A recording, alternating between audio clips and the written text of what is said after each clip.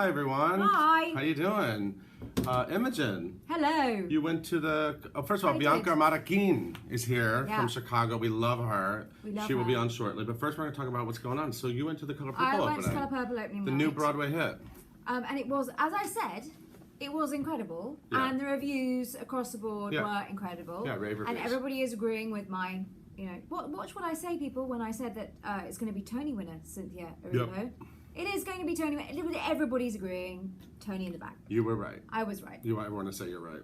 I'm just saying. But was it fun? How did everyone look? So opening night was long, as we possibly expected it to be long. Well, the divas have to get done up. They have to get done up. They looked fabulous. Yeah. They took a while. You just have to wait for them sometimes. To get there. Okay, I got your note. Okay. Yeah. Got it. So it was great. And I spoke to them all, and that video, the opening night video, is just up on the site. Yeah, so just please go and look at it, because we spent a very long time making it. Hello, Mexico. Mexico's Hello, watching. Mexico. So, so people are talking about Daddy Longlegs. I just want to say briefly, I watched part of the Daddy Longlegs live stream, and the quality was really great. That's impressive. It was really beautifully shot, so thumbs up to that. Yeah, well done them. I'm into this idea of watching things for free at home in your pajamas. The other thing that got a huge film theatrical event that got huge traffic, as we all know, was Benedict Cumberbatch in Hamlet. You always just try to bring him up whenever possible. If you read Odds and Ends today, you will see that Benedict Cumberbatch in Hamlet, record-breaking amount of money raised by. So that was one of the National Theatre. Yeah, the National Theatre Live. National Live, right? National Theatre Live. Right. Taped it, although it was at the Barbican, which is not a National Theatre Live venue. Got it. Whatever. So that's all. I was bringing it in. There were some other things, like you found a story of Quentin Tarantino. Quentin Tarantino. He has a new movie called The Hateful Eight. Yes, and apparently he was on Broadway in 1998. He was in Wait Until Dark, a thriller. Yeah. Big flop. Briefly. Anyway, apparently that didn't put him off Broadway, and he wants to make The Hateful Eight into a play. He doesn't want to star in it, but he wants to write it. And actually, to be honest, someone of Quentin Tarantino's caliber on Broadway, I'd love to see. I'm a fan. I am too. Did you ever see Inglourious Bastards? That movie was good. Amazing. Yeah, I think what he could do on Broadway would be extraordinary. So I'm all for that. The other person who wants to come back to Broadway, you guys might like this one better. in a self-penned I didn't say self-penned show, is Nick Jonas. He wants to come back to Broadway and write his own material. He's going to write his own musical. Well, he can write music. Yes. I hope that happens. People are like that. People there thumbs you are. up. He to was that. the worst Marius. Well, he was the worst Marius. That's not nice. I saw him in How to Succeed in Business. He was good. I only saw Daniel Radcliffe in that. I don't know. What else? Oh, Kelly O'Hara. Yeah, this is interesting. Kelly O'Hara might take King and I to London. Yes, we shall see. So Kelly O'Hara is currently off starring The King and I here. There are rumours that she might take it to London. There are a few issues with that. Number one, they need a theatre. And London, like Broadway, is packed full of various things. Right. And I can think of two big musicals right now, Broadway musicals that want to go to London, Finding Neverland and Hamilton, that need theatres before The King and I will get one. So just FYI, everybody, before you get all totally excited. And obviously it's a big thing. And like it was for Mark Strong and the whole team of View from the Bridge to come here and do American accents on Broadway when they're all Brits, it's going to be a big thing for Kelly O'Hara to move to London and do a British accent and a British role as an American. And that would be her West End debut, right? I think so. Yeah, I'm pretty sure. So we'll see. We'll see where that goes. But they're saying 2017, so a little way off. What else do I have written down here? Hunchback. There's a Hunchback Notre Dame album. I know a lot of people like that They musical. shifted the dates. And it was supposed to come to Broadway. The goal when they did it at Pavement was to bring it to Broadway. And you saw it, didn't you? I did see it. I saw it. They did it at La Jolla, then they did it in New Jersey, Havermill. And it was a good production, but it's a tough sell for Broadway. It wasn't a family show at all. They were throwing people over the castle and killing. It was dark, wasn't it? It wasn't like the cartoon. It was pretty dark. Yeah. So anyway, Michael Arden was brilliant, by the way. Spring Awakening director Michael Arden was brilliant as Quasimodo. Brilliant. Really? Yeah. But it was like an Elephant Man performance. He didn't wear like prosthetics. He just turned around and he was Quasimodo. So not really Disney-like at all. Right. On that level. But he would have been a Tony contender, absolutely. It was amazing. But anyway, the cast was supposed to be coming out last month, but apparently it's now been pushed back to January. But it is happening, and we have a little video of it. Yes, closer to at the bottom of bookshop. Odds and Ends, so you can have a look. To yeah, see there's a little peek. Absolutely. And then we have a fun culture list up right now. You can rank your favorite Christmas albums from Broadway stars. That'd be fun. And you just need to watch the site in the next 40 minutes because there's a story that's about to go up about Jonathan Groff. that you will either consider to be too much information, or you will adore. It could go either way. I thought you were so highbrow when I met you, Imogen, and then I found out about this story you were putting up, and I thought I was wrong. You were wrong. But I looked at the story and thought, we can't not do this. So yes, Groff sauce, indeed. And in fact, I'm actually going to put that. Yes, that. You're going to use that phrase in there. Also, I want to tell everyone I did a fun interview with Michael Zegan, who's the other Italian in View from the Bridge. Okay. He's the guy who can lift a chair with. Oh, that's amazing! That scene. He can lift a chair with one. And you were right on the stage to see that. Yeah. It was very funny in A View from the Bridge because there are some seats on the stage. I opted not to sit on the stage because I don't want to be sat on stage. And we went to the same show. I always want to sit as close as possible. I got to watch Paul Wontorek watching A View from the Bridge. I was part of the show. You were. And the ushers on stage are super professional. Let's just leave it at that. They asked me if I had my device turned off, and I didn't ask what that meant. I just assumed it meant a phone. They asked me like five or six times, and this woman kept coming over and saying, I mean, she was super professional. Let's just leave it at that. Well, I had a super good time watching you I'm glad. Right. Unfortunately, if any of you go see View from the Bridge, that's not part of the show. I won't be sitting up there watching it. It entertained me anyway. Right, am I leaving you? Yeah. Let's bring Bianca in. Bianca, come over here. Come on over. Please join me. Hello. Hi. Bianca, Marroquín. How are you? Roxie, Hart. Yes. Can I just say something? You probably know this, but we did a poll on Broadway.com a year or two ago, where we listed anyone who's ever played Roxie Hart, and we asked people to pick who their favorite is, and you won. I won? You were literally the favorite Roxie Hart, and that's a crazy list. That's a crazy list of people. Hi, Mexico. Say hi to Mexico. Hi, Mexico. Mexico. And you're back. I'm back. You're back in the show, and yes. you've been back in the show many times. You've had a lot of. Do you even know how many different runs you've had in Chicago? No, I think I lost count. I think it's more than 20. See, he agreed. She agrees. That's Roxie. Oh my goodness, thank you. So how many performances? Any idea? I don't know, in the 4,000s, and that's something like that. It's been 13 years counting Mexico, because that's where I first started. I know. And then I crossed over 12 years ago. You were so good in Mexico. They were like, get that girl. Get that girl with the red short hair. Not anymore. Right? So when you step back into the show, yes. What is it like revisiting Roxie Hart? Nerve-wracking always the first day. Is it doesn't really? matter how many times I've done it. Well, there's always new personalities around. Yes. New actors in the show. Of course, so it's getting to know. And I only get a little put in the afternoon. It's just a little rehearsal. Bibi is my nickname. Okay, well now I know. Bibi Marroquín.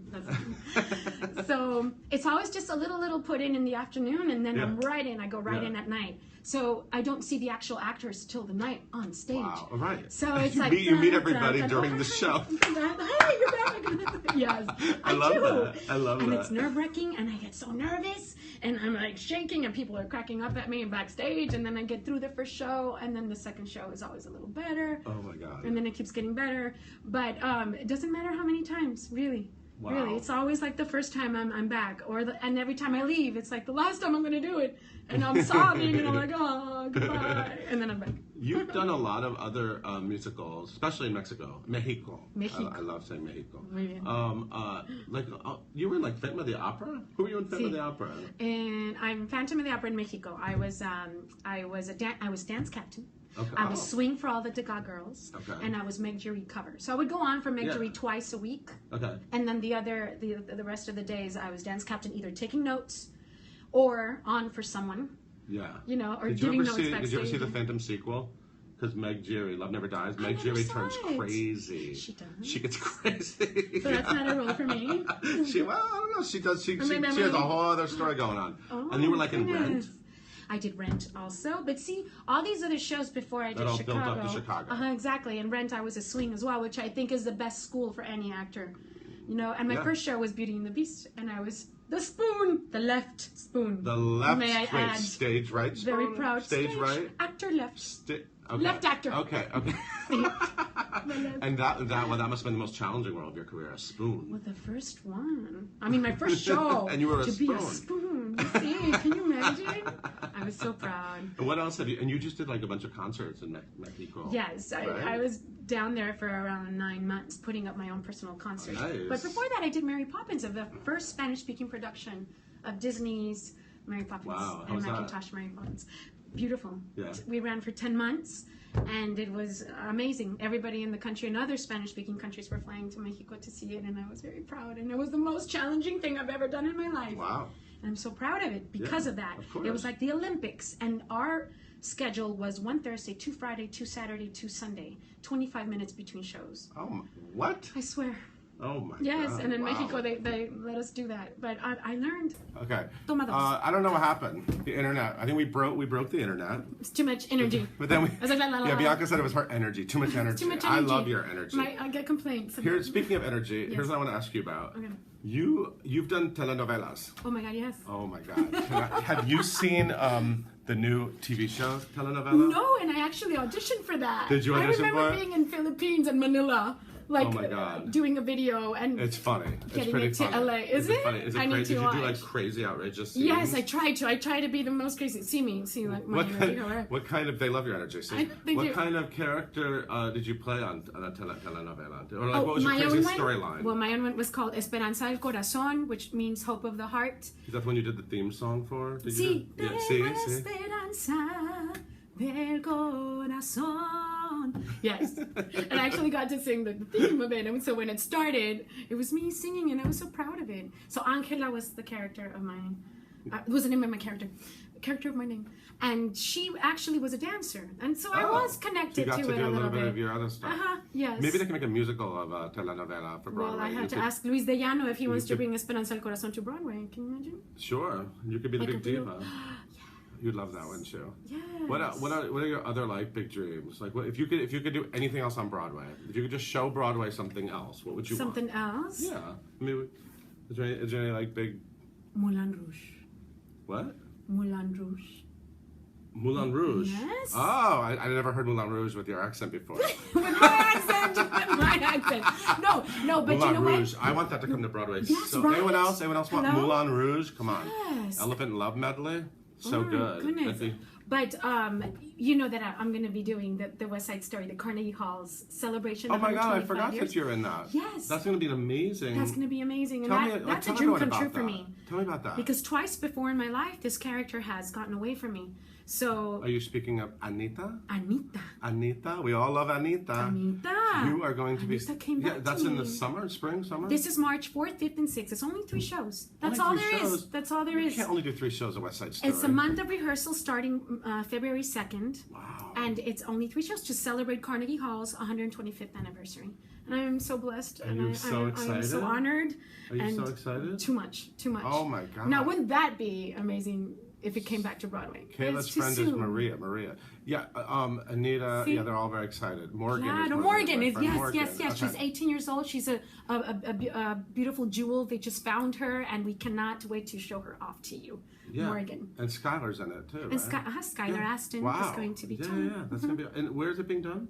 It's being done at the in Queens It's like in a in special a warehouse, space. a lockdown. You're doing it in a warehouse. See, because it's so huge. That's awesome. It's going to be so humongous, and they're going to try to build this and adapt it to like the streets of New York. And it's a big, huge student program they're celebrating this whole year, culminating with West Side Story. Awesome. So you better be there. Are you kidding My me? dad's coming. I'm gonna be there all night. I'm gonna be there every night, all 3 nights. All 3 nights. Your Because dad you like is to be coming. close to the stage, I heard. Your dad's coming up for Yes, it. Is he yes. super excited? Yes. Have you ever done that number before? Have you done America before? Never. No. You've What? never done America? Never. America. America. I love it. I want to Anita. be- Oh my God. That's so much fun. And a boy like I'm that. about to like a it. boy like that. A boy like that. No, I can't wait. So this is something. Does anybody, cool. Diane, you know anything about this beautiful star next to me? Questions? Really? Any questions? Is this comments? like a Q&A? Huh? Do you have like a Q&A part Yeah, to your show? if people are dying to know anything, I'm dying to know everything. I could talk to you. I don't mind. For hours. Let's see. Do you miss Marco Zunino? I do miss Marco Zunino. I do miss him, and you know what?